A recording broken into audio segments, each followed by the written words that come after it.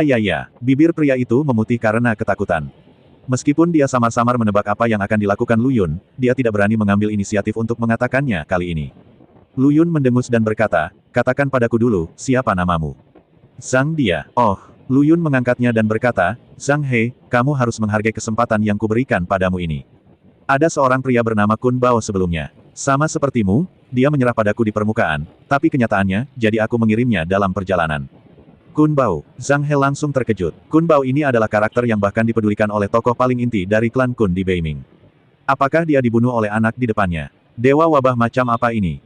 Lu Yun melihat kegembiraannya dan berkata, ada apa? Apakah kamu kenal Kun Bao? Hah, bukannya aku mengenalnya, aku tahu Kun Bao ini sangat terkenal di kalangan klan Kun di Beiming. Oh, perasaan begitu menggerakkan dengan sendirinya. Lu Yun memutar matanya. Ayo pergi, kamu harusnya tahu apa yang ingin aku lakukan. Orang yang bisa bergaul dengan orang lain seperti ini memiliki kemampuan yang sangat kuat dalam mengamati perkataan dan emosi orang. Jika dia tidak memiliki keterampilan seperti itu, dia benar-benar tidak akan bisa masuk ke posisi ini. Tapi Zhang He benar-benar ketakutan. Bagaimanapun, Lu Yun telah memusnahkan semua orang yang dibawanya dalam beberapa detik. Dia adalah Dewa Wabah. Jadi dia bertanya dengan hati-hati, apakah Anda ingin saya membawa Anda mencari Tuan Muda? Liang Jinghua. Omong kosong. Lu Yun menendangnya, jangan buang waktu, cepat dan pimpin. Hei, pimpin. Setelah memahami maksud Lu Yun, dia berhenti membuang-buang waktu. Sebenarnya, dia bisa memanggil burung bangau, tapi Zhang He takut burung bangau ini adalah makhluk spiritual yang dibesarkan oleh keluarga Liang. Meskipun dia bekerja untuk Liang Jinghua, jika dia menyentuh derek, membuat Liang Jinghua tidak bahagia, atau membuat Liang Jinghua khawatir, dialah yang akan meninggal. Zhang He tidak punya istri atau anak dan tidak perlu khawatir. Setelah dia mengirim Lu Yun ke rumah Liang Jinghua, dia bisa melarikan diri. Jika saatnya tiba, bukan tidak mungkin dia akan mencuri burung bangau dan pergi. Lagi pula, ada banyak tempat tinggal di benua ini. Sekitar 1,5 jam kemudian, dia membawa Lu Yun ke tempat itu. Melirik kembali ke arah Lu Yun, dia mengangkat jarinya dan menunjuk ke depannya dan berkata, tepat di sana. Lu Yun melihat ke depan, dan ada sebuah rumah bangsawan seluas 30 atau 40 hektar di depannya. Tempat asal suku Beiming Kun relatif terpencil dan tidak kaya sumber daya, sehingga sebagian besar masyarakatnya cukup miskin. Umumnya kebanyakan orang hanya bisa tinggal di rumah kecil berukuran 20 hingga 30 meter persegi. Misalnya, masyarakat di pedesaan, meskipun sama-sama miskin, masih bisa tinggal di wilayah yang lebih luas dibandingkan masyarakat di perkotaan, namun meski begitu, luasnya hanya sekitar 100 meter persegi. Di sisi lain, rumah Liang Jinghua langsung menempati lahan seluas 30 atau 40 hektar, yang menunjukkan betapa kuatnya ia. Tidak hanya itu, rumah Liang Jinghua saat ini masih terang benderang dan cukup asri. Melihat rumah berskala besar, Lu Yun tidak bisa menahan diri untuk tidak berseru, oke, kamu hidup dalam kemewahan. Zhang He segera tersenyum dan berkata, ayahnya adalah pebisnis terbaik di seluruh suku Beiming Kun. Bisnis tidak hanya menyebar ke setiap sudut suku Beiming Kun, tetapi juga ke banyak kelompok etnis di daratan. Keluarga mereka bisa menghasilkan jutaan dolar sehari. Jutaan emas. Lu Yun berpikir dalam benaknya, jika itu diubah menjadi uang dan uang kertas sesuai dengan dunia tempat dia tinggal, bukankah biayanya ratusan juta sehari? Wah, piring ini luar biasa. Tuan Lu. Zhang He melihatnya memegang dagunya dan memikirkan sesuatu, jadi dia memanggilnya. Lu Yun berbalik dan menatap Zhang He, ada apa? Hehe, begini, lihat, aku sudah mengikuti aturanmu, kan? Aku juga membawamu ke sini. Apa menurutmu kamu bisa menepati janjimu dan melepaskan aku? Jika Lu Yun menolak melepaskannya, dia akan benar-benar mati. Si idiot ini membantuku apapun yang terjadi. Lu Yun adalah orang yang selalu menepati janjinya. Tentu saja itu tidak 100% akurat. Tapi Zhang He sangat patuh dan jujur, dan orang seperti ini seperti semut baginya. Lu Yun hanya melambaikan tangannya dan berkata, pergi, tapi jangan berbuat jahat lagi di masa depan. Kalau tidak aku akan mengetahuinya, mencari tahu, tapi tidak ada kesempatan. Ketika Zhang He mendengar ini, dia merasa lega. Dia tidak menyangka bahwa Lu Yun masih memiliki kredibilitas yang tinggi. Jadi dia mengangguk setuju. Tentu saja, karena dia telah mengkhianati majikan aslinya, dia harus membiarkan majikan aslinya mati, jika tidak, dia mungkin mendapat masalah. Memikirkan hal ini, dia mengambil kembali langkah yang diambilnya. Lu Yun telah membiarkannya hidup, jadi apalagi yang bisa dilakukan orang ini? Jika kamu kentut, cepatlah atau aku akan berubah pikiran nanti. Ya. Zhang He dengan cepat menjelaskan, itu saja. Saya baru saja lupa memberitahu Anda lokasinya. Bukankah saya tiba-tiba mengingatnya? Lu Yun tercengang saat mendengar ini. Lalu dia mencibir lagi, oke, kamu sudah keterlaluan dengan mengkhianati tuanmu, dan sekarang kamu ingin aku membantumu membunuhnya. Dia tidak beruntung selama 8 kehidupan memiliki pelayan sepertimu. Zhang He sangat ketakutan hingga dia berlutut di tanah, butiran keringat menetes ke bawah. Dia sakit. Kenapa dia banyak bicara? Lu Yun sepertinya memiliki niat membunuh terhadapnya. Tentu saja, Lu Yun sebenarnya tidak ingin membunuh bajingan ini. Jadi, dia berkata, cepat keluar dari sini. Kamu masih punya kesempatan untuk hidup sebelum saya berubah pikiran. Awalnya, dia mengkhianati tuannya untuk bertahan hidup, jadi Lu Yun tidak akan terlalu keberatan. Namun di balik itu, dia ingin tuannya mati, dan itu agak menjijikkan. Zhang He, yang telah menyelamatkan nyawanya, tidak berani kentut lagi. Seperti cucunya, dia berguling, merangkak, dan melarikan diri.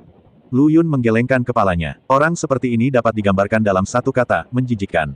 Kemudian, dia tidak ragu-ragu lagi dan berjalan menuju kompleks Liang Jinghua dengan langkah panjang. Tentu saja, meskipun Liang Jinghua berlutut di tanah dan bersujud pada dirinya sendiri, Lu Yun tidak akan bisa memaafkannya. Bisakah orang-orang yang ada dalam daftar kematiannya bertahan? Tidak bisa. Liang Jinghua tidak tahu bahwa kematiannya akan datang, dan dia sedang duduk di halaman melakukan latihan timbal balik dengan beberapa gadis di pelukannya. Segera lapisan keringat muncul di tubuhnya. Setelah mengenakan pakaiannya, dia mengendus, dia belum kembali, dan saya sudah membacanya 6 kali dalam semalam. Jika dia terus menundanya, saya tidak akan tertarik. Bawahan monyet bermulut tajam 3 dengan cepat memasangnya di telinganya dan berkata, Tuan, bagaimana kalau saya pergi melihatnya? Jangan takut pada 10.000, takutlah dengan apa yang mungkin terjadi. Jika anak ini berada di belakangmu dan melakukan sesuatu yang tidak dapat diungkapkan dengan kata-kata kepada gadis kecil itu, bukankah itu menjijikkan? Liang Jinghua mencibir, apakah Zhang He berani?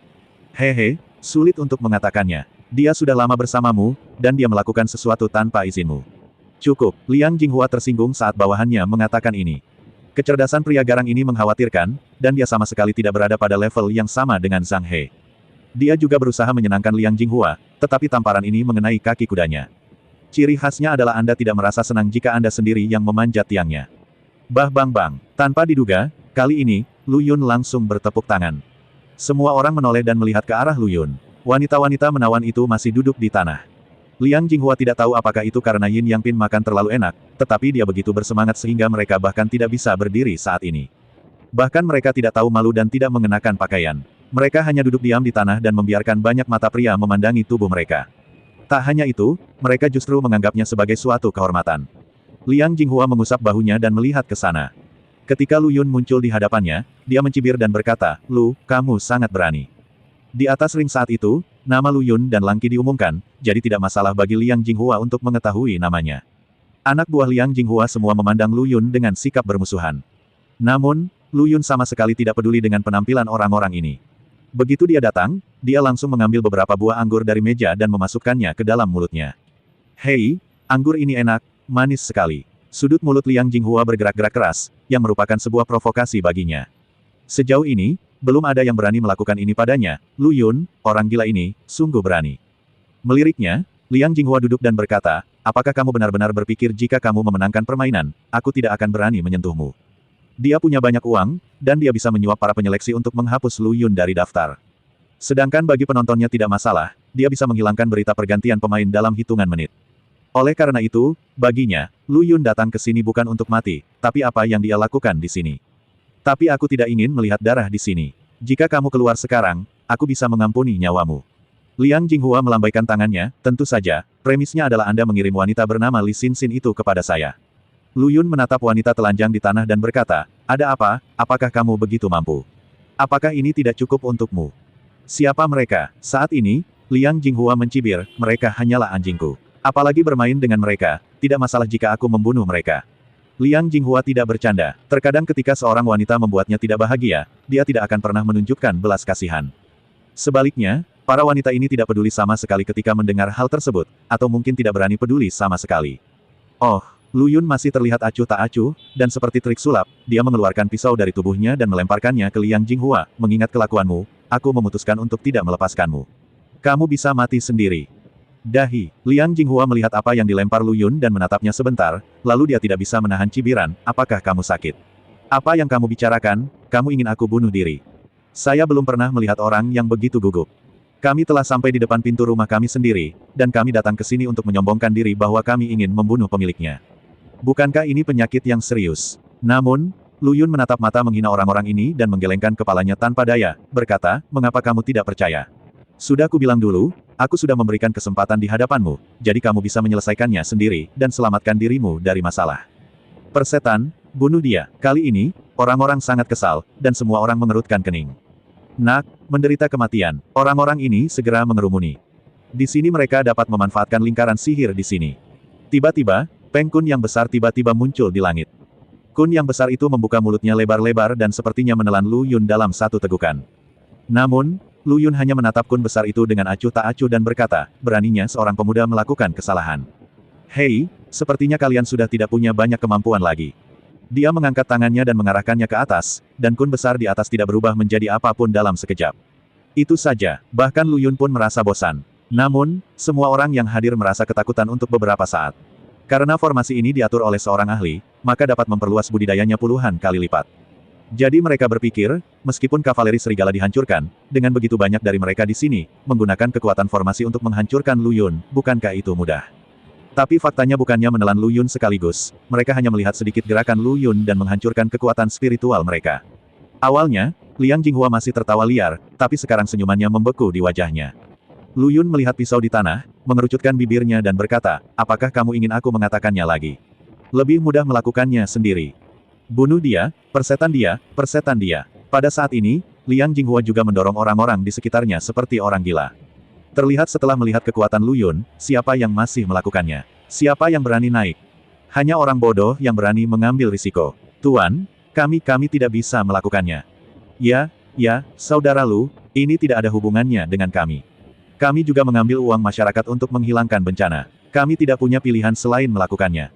Bawahan itu melemparkan senjata spiritual dan benda lain di tangan mereka ke tanah. Melihat Lu Yun tidak mengungkapkan posisinya, mereka saling memandang, dan kemudian sekelompok orang itu bubar. Lu Yun memandangi wanita telanjang di tanah lagi, dan berkata dengan ringan, keluar dari sini juga. Para wanita ini sekarang tidak peduli dengan Lu Yun. Tapi sekarang mereka dapat melihat bahwa meskipun Liang Jinghua memiliki 10 nyawa hari ini, itu tidak cukup. Dia jelas sudah tamat, jadi gadis-gadis ini pasti tidak akan tinggal di sini untuk dikuburkan bersamanya menghilang dengan tergesa-gesa. Kembalilah, sialan. Aku akan membunuh kalian semua. Bukan hanya aku yang akan membunuhmu, tapi aku akan membunuh semua anggota keluargamu. Lu Yun mencabut telinganya, berhenti memarahi, berisik sekali, tidak peduli seberapa banyak kamu memarahi mereka, mereka tidak akan mendengarkanmu. Menurutku, kamu harus mati dengan patuh, bagaimana? Apakah kamu menerima saran yang kuberikan padamu? Tidak, dengarkan aku dulu. Keluarga Liangku punya banyak uang. Selama kamu melepaskan aku akan memberimu berapapun jumlah yang kamu mau. Bagaimana dengan itu?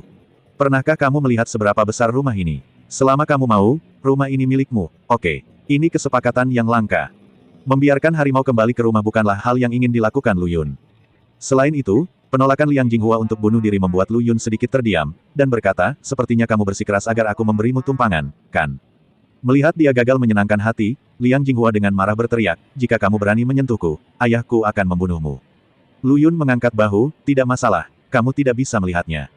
Klik, berjalan mendekat, dia tidak memberi Liang Jinghua waktu untuk melawan, dia juga tidak mendengarkan omelannya, dan langsung menyuruhnya pergi. Setelah itu, Lu Yun bergegas kembali. Baru keesokan paginya, ketika matahari terbit tinggi dan semua orang terbangun dari tidurnya, Li Xinxin menyadari bahwa dia ditutupi selimut. Dia ingat bahwa dia akan berbaring di tempat tidur kemarin, tetapi tiba-tiba dia merasa pusing, dan kemudian dia kehilangan kendali atas tubuhnya. Dia sepertinya pingsan dan jatuh ke tanah. Ketika dia melihat selimut menutupi tubuhnya, dia merasa linglung, diikuti rasa takut. Dia segera melihat ke bawah selimut dan menemukan bahwa pakaiannya sudah usang. Dia mengulurkan tangan dan menyentuh beberapa tempat juga bersih dan tidak terhina. Baru setelah itu dia menarik napas. Saat keluar dari gubuk, matahari bersinar terang. Matahari yang menyinari tubuh saya sangat nyaman. Kemudian, dia melihat Lu Yun sedang bermeditasi. Dia percaya pada Lu Yun. Tapi dia juga ingin mengetahui apa yang terjadi tadi malam, jadi dia berjalan ke arah Lu Yun, duduk, dan bertanya, Saudara Lu, apakah terjadi sesuatu tadi malam?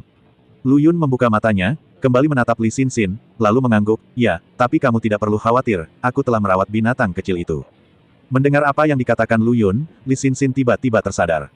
Dia sudah sangat pintar, jadi dia langsung berkata, apakah kamu membunuh semua orang Liang Jinghua? Lu Yun memutar matanya, itu hanya semut. Dalangnya adalah Liang Jinghua, jadi aku memberinya tumpangan. Li Xinxin menjadi sedikit cemas saat mendengar ini. Dia tidak ingin Lu Yun mendapat masalah karena dia, jadi dia segera mengulurkan tangan kepada Lu Yun untuk menariknya sambil berteriak, Saudara Lu, cepat pergi, cepat pergi. Meskipun dikatakan bahwa mereka yang berpartisipasi dalam persidangan tidak dapat bergerak, ayah Liang Jinghua, Liang Yang, memiliki status khusus dan memiliki hubungan yang tidak dapat dijelaskan dengan tetua suku Bei Mingkun. Jika dia menemui sesepuh suku Bei Mingkun, orang-orang itu tidak akan menolaknya demi orang kecil seperti dia. Melihat ekspresi ketakutan Li Xinxin, Lu Yun tidak menganggapnya serius dan malah tertawa. Saudara Lu, bagaimana kamu masih bisa tertawa setelah sekian lama? Kamu harus segera pergi. Peng Dong pun menguap dan berjalan keluar. Dia tidur di gudang kayu kemarin, dan semua tulang di tubuhnya terasa seperti hancur. Lagi pula, dia tidak bisa tidur nyenyak di atas sepotong kayu besar itu. Jadi ketika dia bangun, dia menguap sepanjang waktu. Melihat Li Xinxin ingin Lu Yun segera pergi, dia masih terlihat bingung dan bertanya dengan bingung, apa yang terjadi? Saudara Lu membunuh Liang Jinghua. Oh, setelah mendengar ini, Peng Dong belum bereaksi dalam pikirannya, dia hanya berkata dengan enteng. Tapi detik berikutnya, dia merasa seperti tersengat listrik, dan dia tiba-tiba berkata, Liang Jinghua terbunuh. Ya, Li Xinxin sangat cemas hingga dia hampir menangis. Dia sudah seperti ini sepanjang hidupnya, jadi dia tidak takut dengan apa yang terjadi padanya. Dia tidak pernah berpikir ada orang yang peduli padanya. Tapi sekarang seseorang yang sangat menyentuhnya muncul di hadapannya. Terutama reaksi Peng Dong yang mengejutkannya. Namun, sedetik kemudian, Peng Dong menyadari bahwa Lu Yun lah yang membunuh Liang Jinghua. Maka jangan khawatir. Kemudian dia tertawa, Li Xinxin, lihat betapa terkejutnya kamu, saya terkejut. Jangan khawatir, saudara kita Lu sangat kuat. Kamu bisa memasak dengan tenang. Saya lapar. Ngomong-ngomong soal makan, katak besar juga melompat, apakah ada ikan? Li Xinxin sedikit terkejut saat melihat orang-orang besar ini tidak peduli sama sekali. Dia menatap Lu Yun dengan curiga lagi, sampai Lu Yun memberinya tatapan yang mengatakan dia tidak boleh gugup lagi, dan kegugupan di hatinya ditekan.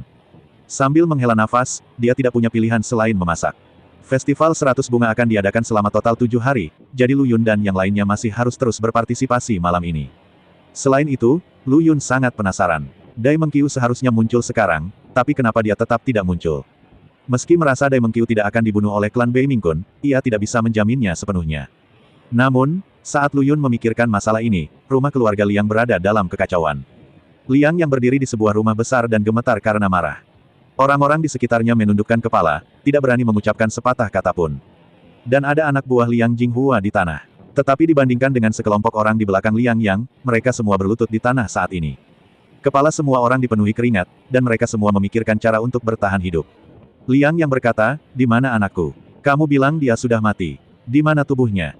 Sekelompok besar orang di tanah saling memandang. Siapa yang tahu di mana mayat itu berada? Melihat mereka diam, Liang yang melambaikan tangannya, penggal kepala mereka semua. Tuan Liang, mohon selamatkan hidup Anda. Selama bertahun-tahun, kami telah bekerja untuk Tuan Muda, dan kami telah bekerja keras tanpa pujian apapun. Sekelompok besar orang ini menangis dan membenturkan kepala ke tanah, terus-menerus memohon belas kasihan. Tapi Liang yang melirik mereka dan bertanya dengan suara dingin, kalau begitu, kamu adalah penjaga anakku. Mengapa anakku sudah mati tetapi kamu masih hidup dan sehat? Bukankah seharusnya kamu dan anakku sudah mati? Masih hidup, apakah itu bagus? Dia mengangkat tangannya dengan dingin dan berkata, bunuh. Setelah dia selesai berbicara, semua penjaga ini ditangani, tetapi mereka dibunuh dan dipenggal. Lu Yun, Liang yang langsung mengepalkan tangannya. Jika dia berani membunuh putranya, dia akan membuat hidup Lu Yun lebih buruk dari kematian. Akan sulit bagi suku Bei Mingkun biasa untuk menghadapi anak ini, bahkan penunggang serigala pun telah dihapuskan. Jadi Liang yang berencana menggunakan pasukan rahasianya. Memikirkan hal ini, dia berkata kepada semua orang, pergi ke Xiang Shengfang. Begitu dia mendengar kata Xiang Shengfang, anak buahnya tiba-tiba berkeringat dingin, dan betis mereka gemetar. Mereka telah melihat monster di Xiang Shengfang, dan itu adalah hal yang paling menakutkan. Kalaupun perintah sudah disampaikan, mereka enggan berangkat. Lagi pula, hanya melihatnya sekilas saja sudah membuat mereka merasa sangat ketakutan. Tetapi saat ini, Liang yang sangat marah, dan jelas sekali bahwa perkataannya tidak dapat disangkal. Meskipun semua orang takut, mereka tidak mampu menyinggung perasaannya, jadi mereka tidak punya pilihan selain setuju. Lagi pula, tidak ada seorang pun yang ingin terlihat seperti mayat-mayat di tanah. Segera, Liang yang datang ke Xiang Shengfang bersama anak buahnya. Xiang Shengfang secara nominal merupakan area produksi masker yang besar. Namun sebenarnya hanya ada 2 ruang produksi di sini. Hanya ada sekitar 10 orang yang disebut pelayan di 2 ruang produksi ini. Tapi mereka menyembunyikan banyak senjata. Biasanya mereka akan membiarkan suara mekanis datang dari sini untuk memblokir suara yang datang dari bawah tanah. Ada juga lebih dari selusin harimau dan makhluk roh yang dibesarkan di tempat ini. Makhluk roh harimau ini tingginya bisa mencapai 4 meter, dan yang terkecil memiliki berat 800 kg. Mata mereka sangat ganas. Meskipun saat ini mereka semua terbaring di sangkar khusus, setelah dilepaskan, mereka tidak akan terlihat seperti ini. Ketika Liang yang masuk, dia dengan sengaja melihat ke arah harimau dan binatang itu. Sedangkan anak buahnya, secara alami mereka ketakutan dan tidak berani mendekati kandang tersebut. Dalam 2 tahun terakhir, beberapa orang yang datang untuk keperluan pelit dan ingin menggoda makhluk roh harimau, tetapi mereka langsung ditangkap dan dicabik-cabik. Namun, harimau dan binatang ini semuanya diberi makan oleh Liang Yang sendiri, jadi mereka tidak akan menyakiti Liang Yang dan bahkan sangat setia padanya. Liang Yang berjalan ke arah makhluk roh harimau terbesar, mengulurkan tangan dan menyentuh kepalanya, dan berkata, terserah kamu. Kamu akan bekerja sama dengan prajurit terkuatku nanti, dan aku akan mencabik-cabik Lu Yun. Setelah mengatakan ini, dia berdiri dan terus berjalan ke depan. Orang yang menjaga tempat ini segera membukakan jalan spiritual menuju bawah tanah untuknya. Bawah tanah dipenuhi tentara dari suku Bei Mingkun. Setelah melintasi jembatan batu api, Anda bisa mendengar teriakan banyak pria dan wanita di ruang luas di depan Anda. Dan di kiri kanan jalan banyak terdapat kandang khusus. Ada banyak anak laki-laki dan perempuan telanjang yang dikurung di kandang ini. Mereka tidak memiliki nama dan semuanya memakai kalung di leher mereka. Kerah jenis ini digunakan untuk anjing, dan kerah tersebut penuh dengan kode. Ini adalah kelinci percobaan. Jeritan itu tidak datang dari mereka. Berjalan ke dalam, kegelapan yang suram disertai banyaknya penjaga membuat tempat ini terlihat seperti neraka. Tak lama kemudian keluarlah beberapa peneliti dari suku Bei Mingkun yang mengenakan jas putih. Orang yang berjalan di depan juga memakai topeng aneh berwajah manusia. Tapi matanya sangat gelap. Meskipun Liang Yang sangat marah saat ini, dia berbicara kepadanya dengan nada yang sangat sopan. Dia menangkupkan tangannya dan berkata, Tuan C, bagaimana produk eksperimen terbarunya? Tuan Liang, tikus yang Anda pilih kali ini sangat sehat, dan pemurnian kami berjalan sangat lancar. Ketika Liang Yang mendengar ini, dia melanjutkan, bahwa saya menemui prajurit terkuat. Pak C langsung mengiyakan, lalu memberi isyarat mengajaknya. Orang-orang yang datang bersamanya menundukkan kepala dan tidak berani melihat ke arah pintu besi di kedua sisi yang sama dengan yang digunakan di dalam sel. Namun ada seorang pendatang baru yang masih penasaran dengan apa yang ada di dalam gerbang besi tersebut. Ketika Liang Yang mengatakan dia akan datang ke sini sekarang, kecuali dia yang penuh rasa ingin tahu, semua orang terlihat ketakutan. Dia ingin bertanya, tetapi Liang Yang sedang marah, jadi dia hanya bisa menahan rasa penasarannya saat itu. Tapi mengambil kesempatan ini, dia bisa melihat dengan baik. Tapi ketika dia mengangkat kepalanya dan melihat ke salah satu pintu, dia merasa rambut di sekujur tubuhnya meledak. Ada seorang wanita terkunci di kamar yang dia lihat. Hanya saja tubuh wanita ini ditutupi tentakel, dan wajahnya juga ditutupi berbagai mata. Saat dia menoleh, dia merasa pusing. Seolah-olah jiwa itu akan tersedot. Untungnya, seseorang di sebelahnya menangkapnya tepat waktu, dan dia tiba-tiba sadar kembali. Namun keringat di sekujur tubuhnya sudah membasahi pakaiannya. Pada saat ini, dia akhirnya mengerti mengapa orang-orang yang datang bersamanya menjadi pucat karena ketakutan ketika mendengar tentang tempat ini.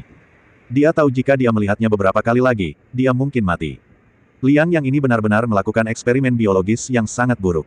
Liang Yang tidak peduli sama sekali. Yang dia inginkan adalah mengembangkan prajurit ganas yang paling kuat dan aneh.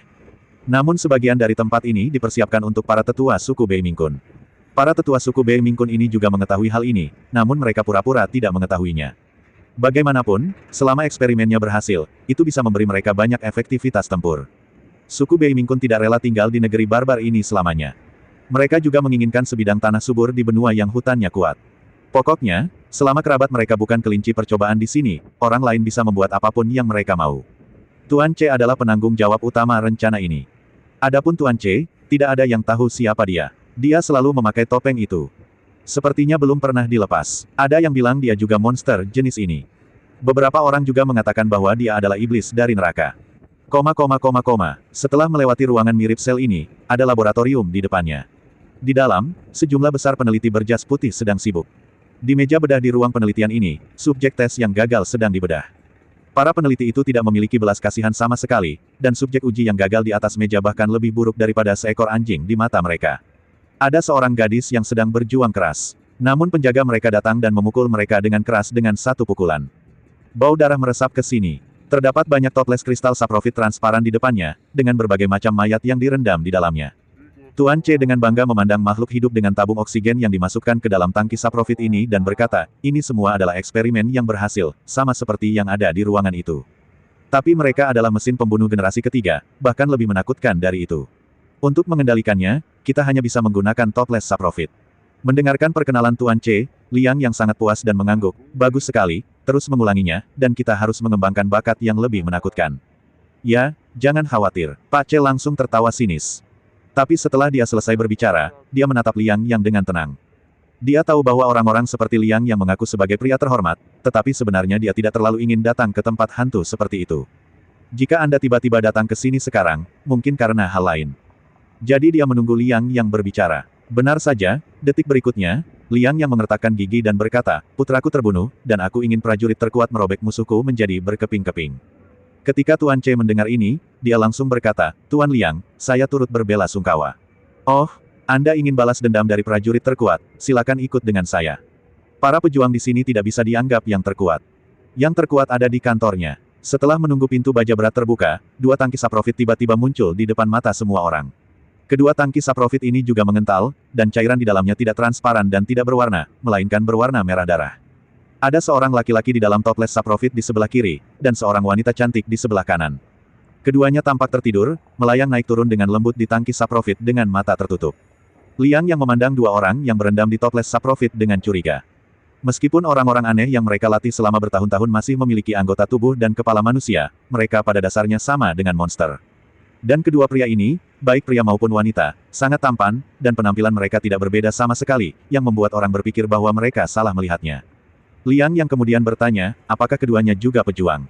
Ya, Tuan Liang. Tuan Ce melanjutkan, itu adalah mahakarya saya yang paling sempurna. Saya dapat menggambarkannya sebagai seni. Tuan Ce menggabungkan gen dari banyak jenis hewan, namun tidak satupun dari mereka menciptakan bentuk kehidupan yang sempurna seperti manusia. Ini adalah penyesalan terbesar saya sebelumnya. Karena dia merasa monster yang dimodifikasi semacam ini tidak harus terlihat aneh, tapi akan lebih mudah untuk dikerjakan jika terlihat persis seperti manusia. Setelah lebih dari 300 percobaan dan membunuh lebih dari 500 orang, dia akhirnya berhasil. Namun, wanita tersebut belum sepenuhnya aktif dan perlu diaktifkan secara perlahan. Adapun pria ini, dia telah terbentuk, dan bahkan pikirannya dapat dikendalikan dan dirusak sesuka hati. Tentu saja toples saprofit ini tidak dapat mengendalikannya. Alasan mengapa dia bisa diam-diam menutup matanya dan tertidur di dalam toples saprofit adalah karena mereka mengendalikan pikirannya.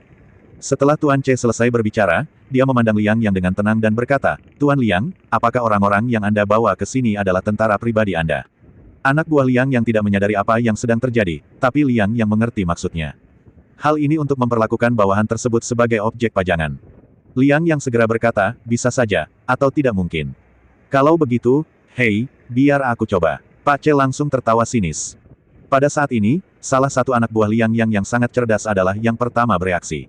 Dia ingin menggunakan mereka sebagai alat. Segera, pria itu berbalik dan lari. Namun pria itu tiba-tiba menutup matanya, dan kemudian pria di dalam toples saprofit itu tiba-tiba membuka matanya. Matanya merah darah, dan dia meraung dengan marah, meraih tubuh toples saprofit, dan mencabik-cabiknya dengan seluruh kekuatannya. Guci saprofit ini sebenarnya dirobek olehnya. Jika dia menghancurkan toples saprofit dengan satu telapak tangan, hal ini sangat umum terjadi pada monster yang dibudidayakan oleh Mer. Namun, ini bukanlah pukulan telak, melainkan air mata yang hidup. Sulit membayangkan betapa menakutkannya kekuatan ini. Orang-orang lainnya juga bereaksi saat ini, berteriak, dan berencana untuk melarikan diri. Sangat disayangkan sekali orang-orang di dalam toples saprofit keluar, mereka tidak punya cara untuk bertahan hidup. Pria itu baru saja membuka tangannya dengan lembut, dan teratai putih muncul di telapak tangannya. Segera setelah itu, teratai itu meledak, dan hanya beberapa detik kemudian, tiba-tiba mendarat di anak buah Liang Yang. Pecahan teratai ini kelihatannya tidak berbahaya, namun dalam sekejap, tubuh orang-orang itu menyusut dengan cepat, seolah-olah telah dikuras dengan suatu kekuatan.